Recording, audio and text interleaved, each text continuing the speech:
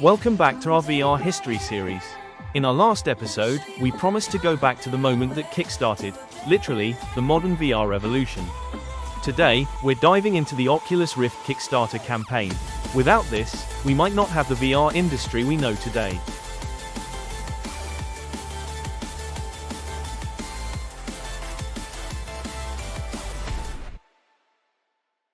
Before Oculus, VR was, well, kind of a meme.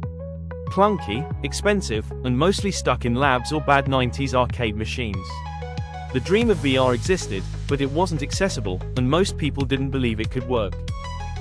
Enter Palmer Luckey, a teenager obsessed with VR, tinkering in his garage, building a headset out of spare parts. His prototype, the Rift, had a wide field of view, was relatively cheap, and for the first time, it worked.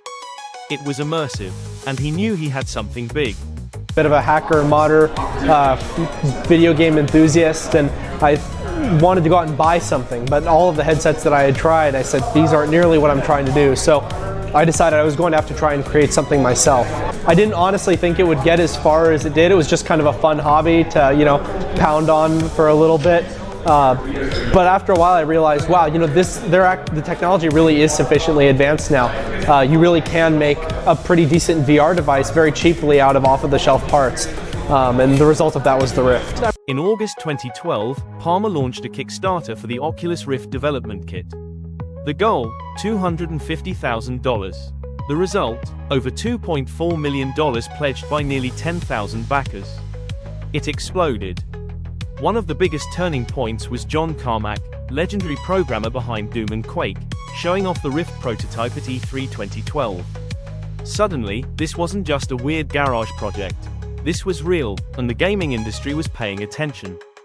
So this is literally held together with duct tape, but this is the optics, the guts of this is going to be made available as a kit for around $500, the Oculus Rift. All right, so what I'm showing here is my recent research and development work on virtual reality headsets, and it's been an interesting long path. 20 years ago, id Software was involved with a number of VR companies. We had Wolfenstein, Doom, and Quake licenses, and all of these companies I just knew weren't going anywhere because they were very enthusiastic about the huge merits of VR and what it's going to do for all of this, but they really didn't have the serious technical people that were going to make the advances necessary to make it happen. And really back then you needed extremely expensive hardware to render the images that you wanted. The most exciting thing that I'm showing here is the Oculus Rift, which is a kit-built head-mount display that's intended to be a $500 kit that offers a 90-degree field of view horizontally and 110-degree vertically. When we decided to re-release Doom 3 with the BFG edition, I thought,